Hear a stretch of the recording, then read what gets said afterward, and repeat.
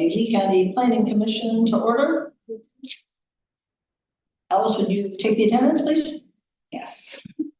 Charles Beckman is not present. Alan Smith. Present. Ben Forster is not present. Emily Pratt. Present.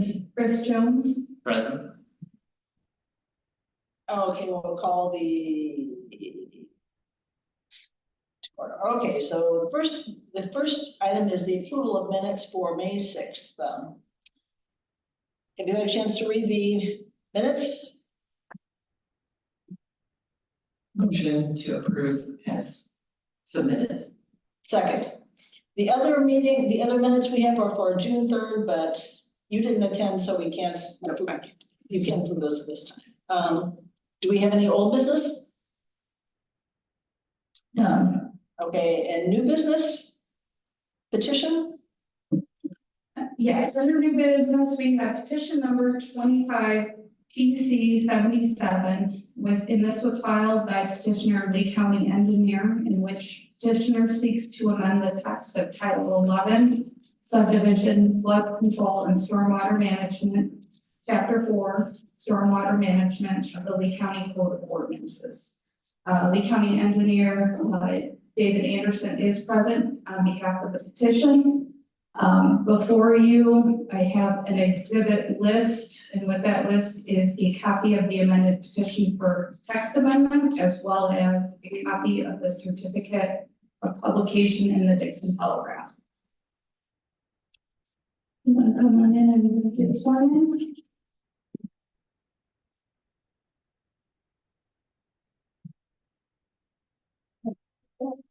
He'll raise his right hand. Do you solemnly swear or affirm under penalty of perjury that the testimony you are about to give shall be the truth? I do. Are you signing? Print.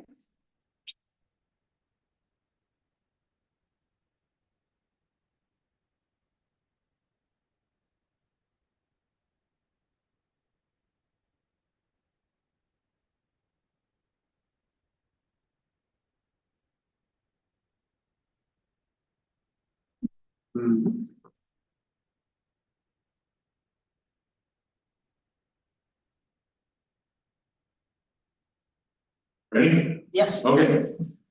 All right, well, I thought I'd go over, the things that, we plan to, or have proposed to amend, to this section. Kind of falls into two categories. One is, some cleanup language, in the ordinance, and the way that we're applying it and think it needs to be applied, some cleanup language. And then, the other is the more consequential part, which I'll start with. And that is the way that the detention volumes are calculated. So that when a site is developed, you know, there's a detention pond, and, you know, you've seen those before, the release rate, maybe a little pipe coming out of it. The way that's calculated now, I'll describe how it's calculated now and then how we propose to do it with a few numbers. So currently what we do is we take a 5-year storm and apply it to the undeveloped site. Okay, that determines the release rate. Then you take a 100-year storm and you apply that to the developed site. So the site that's got more impervious area. That's another rate. So the differential between those two rates informs your storage volume. If you can kind of conceptualize that. What I'm proposing is that we change that and we take a 2-year storm on the undeveloped site, and that will be the determined release rate. Then we'll take the 100-year storm and we'll apply it to the undeveloped state. Okay, the difference being what we've got now is apply the developed, but apply it to the undeveloped state. So that's a lesser rate. The differential again informs your storage volume. The net effect would be, in most cases, a smaller detention pond. Okay, so this is essentially a loosening of regulation. So why even bring it up? there was quite a period of time where there wasn't a whole lot of development happening, so it was kind of whatever, there was a few here and a few there, it wasn't that big a deal. Starting to see more and more different sorts of developments come up, and I typically get some pushback from developers on, you know, geez, this is the largest detention basin for what I'm doing, blah, blah, blah. So, and, you know, in a lot of cases, I can sympathize with that. And the reason being is in a lot of the cases, we're in a rural environment, doing a little development, and,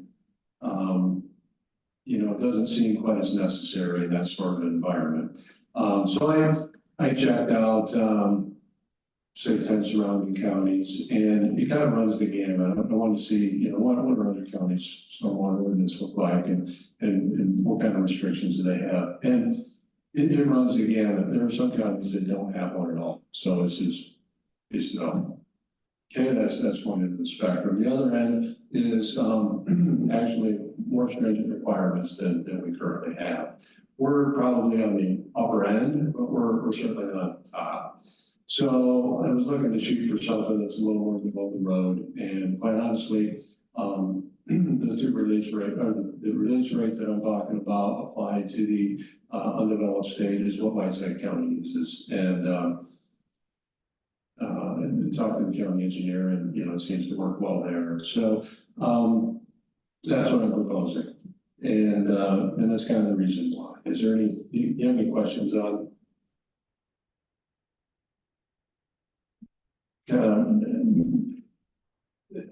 You have a question? Not yet. Keep going. So you might ask, so, you know, how small are they going to be, or how much smaller are they going to be? And that's a really difficult question to answer. There's actually an infinite amount of answers to that question, because every site has to be taken on its own merit. You know, you can have sites that are small, that they get covered with a lot of development. You can have a larger site that has, you know, just a little bit on there. I mean, it can run the gamut. So I did look at an example which I thought might be the upper end of, you know, a reduction in size. And just kind of looked at it, and it looked like to me, and this isn't a perfect number, it's about 50 to 60%, you know, reduction in the size of the stormwater retention pond required. But I can imagine, you know, that range could be maybe a 20% reduction up to a 60 or 70% reduction, just all depends. Have we had a lot of issues with retention ponds, with flooding?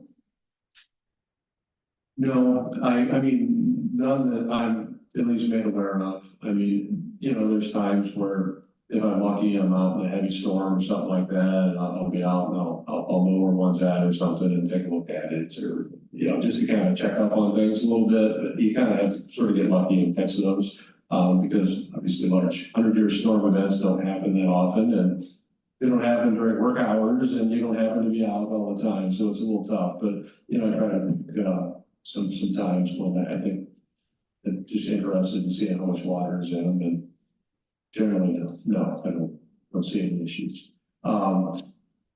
So, you know, the impacts are really difficult to say, because one site to the next is going to vary.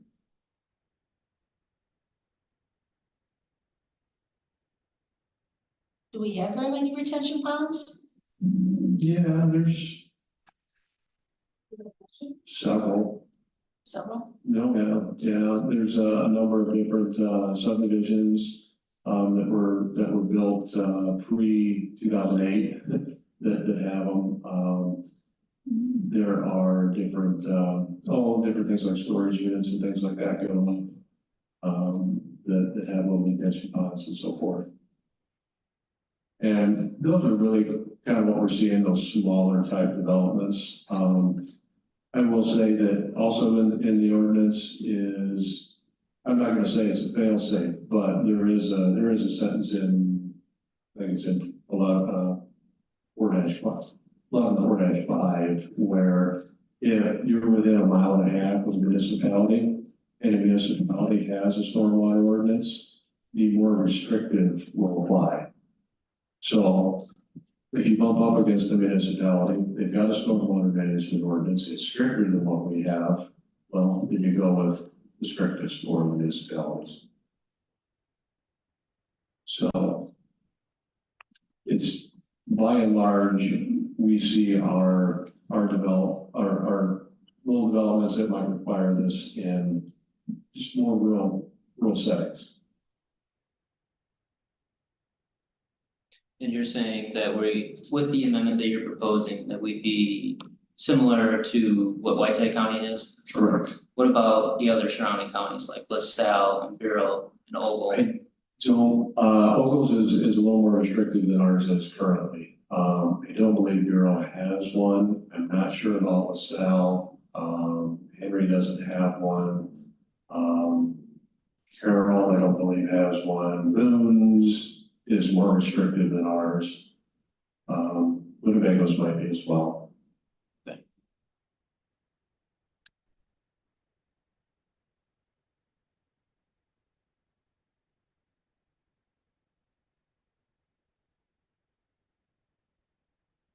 So I'm kind of gathering that this is more industrial and multifamily housing. Is that typically what this would apply to? Yes. For, I mean, Yes. just for Lee County Yep. in general, kind of what the work that you've done Yep, recently. it would be subdivisions, subdivisions, anything that would be industrial, commercial, those sorts of things. And then part of this is, some cleanup on some exemptions too. So, anything that would be 11,000 square feet or under in impervious area would be exempted. And that's just roughly a quarter acre, that's just a touch over a quarter acre.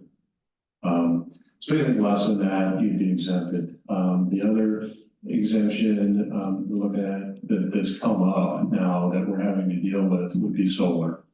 And that's only if they can demonstrate that the runoff in the developed state is less than the existing state. And that generally happens when you have cultivated farmland and you put a solar farm on it, and then they've got, grasses planted. Generally, you end up with less runoff in the developed state. So it's kind of an oddball situation is what I'm getting at. And so I would say that we would exempt them.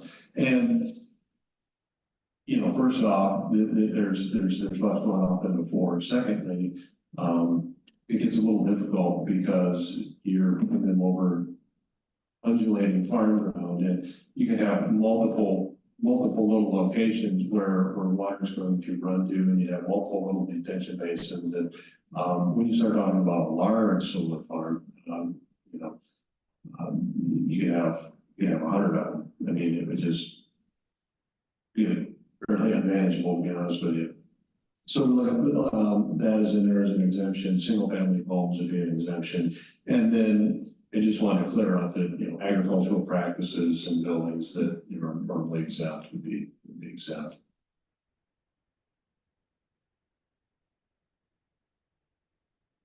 The word special flood hazard area, does that correspond to our zoning map? Is that defined? Yeah, that would more relate to things that are in flood zones. Okay. Which are, FEMA determined flood zones. Okay. FEMA Got it. firm. Got it. Okay, thanks. Thank you. I guess a way to conceptualize this a little bit would be, okay, so we could take a 5-gallon bucket and put it on the table here. And let's say we put a 1-inch diameter hole towards the bottom of it. And then I take, say, an 8-gallon jug of water and I pour it into the bucket, right? And I pour it in at a constant rate over, let's say, a minute. Okay, so constant rate at pour 80 gallons in, so you got some coming out the bottom, right, at the same time. And right at the end of the minute, last drop of water comes out of the bucket and the water's right at the brim of the bucket. Okay, that's our existing ordinance. Put another bucket out here, and let's put a 3/4 inch hole in the bottom, so a little bit smaller hole. Then we'll take 8 gallons of water again, and we'll pour it into this bucket. But we'll pour it in at a constant rate again. Well, let's say we pour it in over a 2-minute time frame. Okay, so I do that, I pour the water in over a 2-minute time frame, and I look in the bucket. And it's only, let's say, 3/4 full.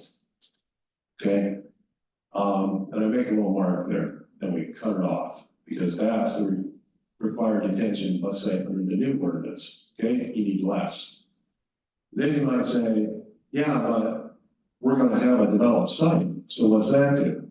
Okay, so let's take, that smaller bucket, let's take that 8 gallons of water again, and let's pour it in, constant rate over the minute, like we did the first time. Represent doing this with the first ordinance with a smaller bucket. So you're gonna get to a certain point where it's gonna fill up, right? Then it's gonna start spilling over the top for some time period.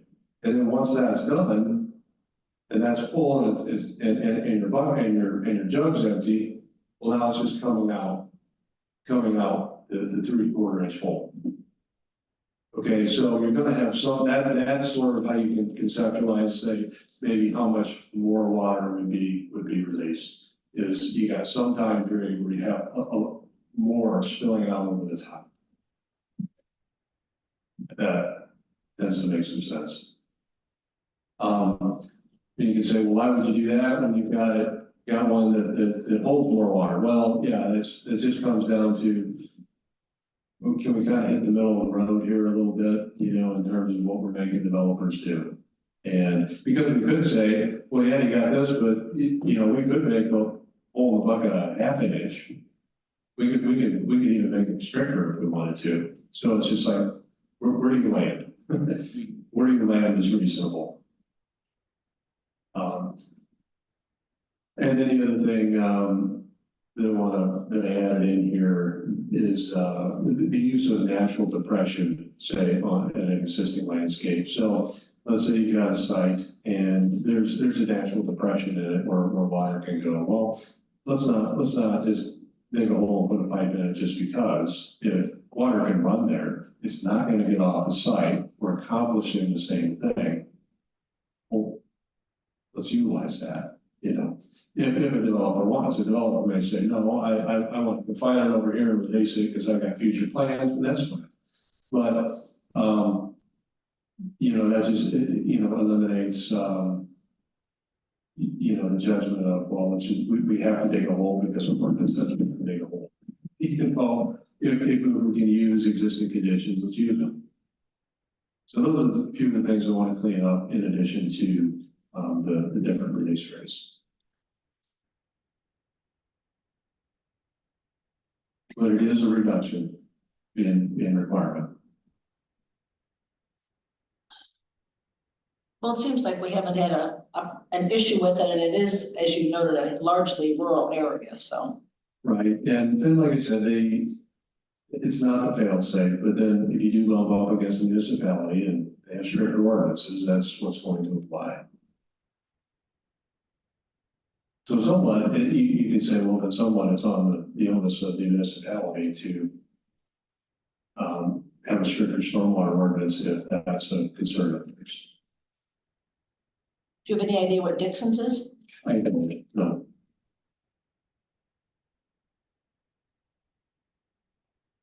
Did you have any more evidence to present, Dave? No, that was it. Okay. Did the board have any more questions for Dave? No. Okay, I have a member of the public that does have a question. State your name and then your question. Okay, so my name is Amy Palmer, and I heard portions of what you were saying. So obviously this is being put in place for the advantage of the developers. Is that what I'm understanding? Yeah, this would be to an advantage of the developer, correct? And that advantage is financial. Correct. And do we have any idea how much of a financial advantage that is? No, there's really no way to give you a number on that, because each site is different and each storage volume is just gonna vary depending on the site conditions. So there's no real way to quantify that, absolutely. Okay, You know, I can't say every site will be a reduction in X%. You just can't do that. so yes, I'm thinking of the increasing of the 100-year storms. Who ends up potentially being hurt more?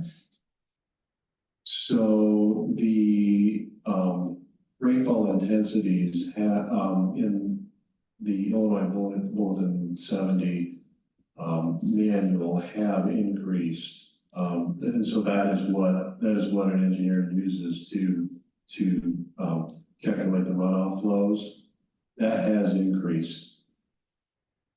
That increased, I don't know, 5 or 10 years ago to account for just what you said. So somewhat that's been taken into account. Okay.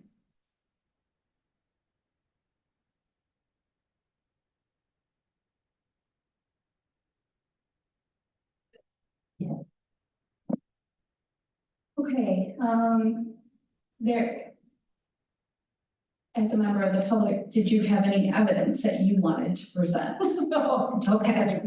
We'll go to closing statements. Did you want to give a closing statement? No, but thank you. Okay. The board then can proceed. You can excuse Dave as a witness and you can proceed with your business. You're excused. Thank you. Do I have a motion?